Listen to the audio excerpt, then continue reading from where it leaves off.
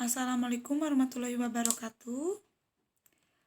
Halo teman-teman, perkenalkan nama saya Deni Islamiyati, MPM 1811001 dari Manajemen 6A, Sekolah Tinggi Ilmu Ekonomi Latifah Mubarakiyah Suryalaya. Pada video kali ini, saya akan membahas materi tentang pengembangan sistem informasi, dosen pengampu Bapak Adi Robit Setiana, SEMM. Mohon disimak ya teman-teman. Pengembangan sistem merupakan penyusunan suatu sistem yang baru untuk menggantikan sistem yang lama secara keseluruhan atau memperbaiki sistem yang telah ada. Pengembangan sistem informasi merupakan aktivitas untuk menghasilkan sistem informasi berbasis komputer untuk menyelesaikan permasalahan organisasi atau memanfaatkan kesempatan yang timbul. Proses merencanakan, mengembangkan, dan mengimplementasikan sistem informasi dengan menggunakan metode, teknik, dan alat bantu pengembangan tertentu. Alasan diperlukannya pengembangan sistem. Pertama, adanya permasalahan-permasalahan yang timbul di sistem yang lama. Permasalahan yang timbul dapat berupa ketidakberesan sistem dan pertumbuhan organisasi. Kedua, untuk meraih kesempatan-kesempatan dalam berbagai hal. Ketiga, adanya instruksi dari pimpinan. Faktor-faktor yang mempengaruhi pengembangan sistem. Pertama, teknologi eksternal, meliputi ilmu pengetahuan dan teknologi yang berkembang dalam lingkungan eksternal organisasi. Kedua, bisnis eksternal, seperti pasar, pelanggan, perusahaan-perusahaan lain, pemerintah, dan perangkat hukum.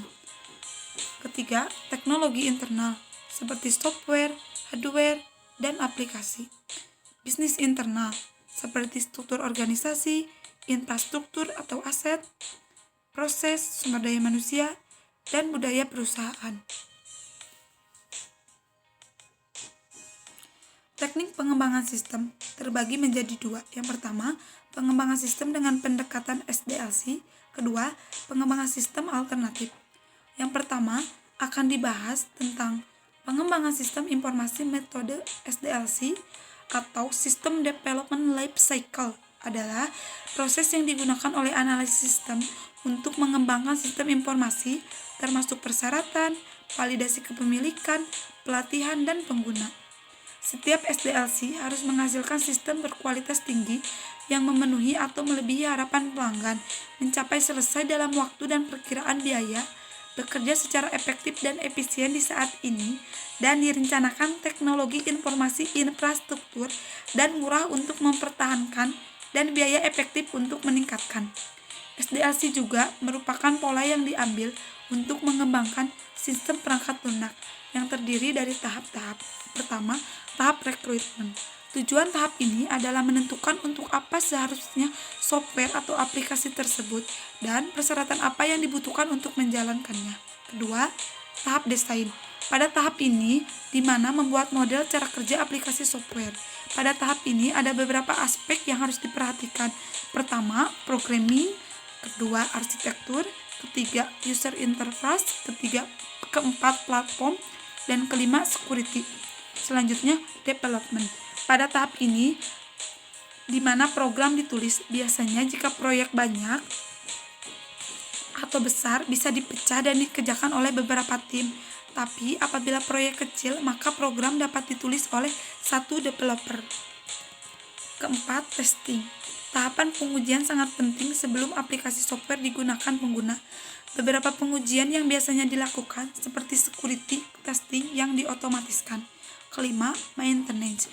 Pada tahap ini sebetulnya aplikasi benar-benar sudah selesai dan bisa digunakan. Namun, tahapan operasi dan pemeliharaan masih dianggap penting, sebab dalam tahapan ini pengguna bisa jadi menemukan bug yang tidak ditemukan selama pengujian, sehingga kesalahan perlu diatasi. Selanjutnya yaitu yang kedua, pengembangan sistem informasi metode alternatif. Pertama, metode prototip. Pembuatan prototip meliputi pengembangan sistem uji coba yang cepat dan murah untuk dievaluasi oleh pengguna akhir. Setelah beroperasi, prototip akan lebih jauh diperhalus sehingga cocok sekali dengan kebutuhan penggunanya. Yang kedua, metode paket. Model Model paket dilakukan dengan membeli perangkat lunak yang ada. Paket ini dikembangkan oleh pihak ketiga, yaitu analis sistem penjual paket. Sistem yang sudah dibeli dapat dioperasikan oleh Departemen Sistem Informasi atau langsung digunakan oleh pemakai sistem. Paket banyak tersedia di pasaran. Paket yang tersedia dapat berupa program aplikasi yang sederhana, misalnya hanya aplikasi penggajian atau aplikasi persediaan sisa di fungsi akuntansi. Yang ketiga, metode outsourcing. Jika paket tidak tersedia, prioritas kedua biasanya jatuh pada outsourcing. Penentuan apakah akan dikerjakan dan dioperasikan oleh pihak ketiga atau outsourcing, atau akan dikembangkan sendiri atau insourcing, ditentukan oleh faktor kemampuan sumber daya dari Departemen Sistem Teknologi Informasi.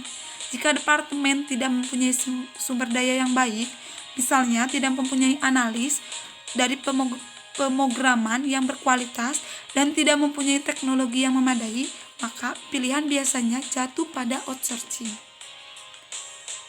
Sekian materi yang dapat saya paparkan di video kali ini. Semoga dapat bermanfaat bagi saya sendiri selaku pemateri dan bagi kalian yang menonton video ini. Terima kasih. Wassalamualaikum warahmatullahi wabarakatuh.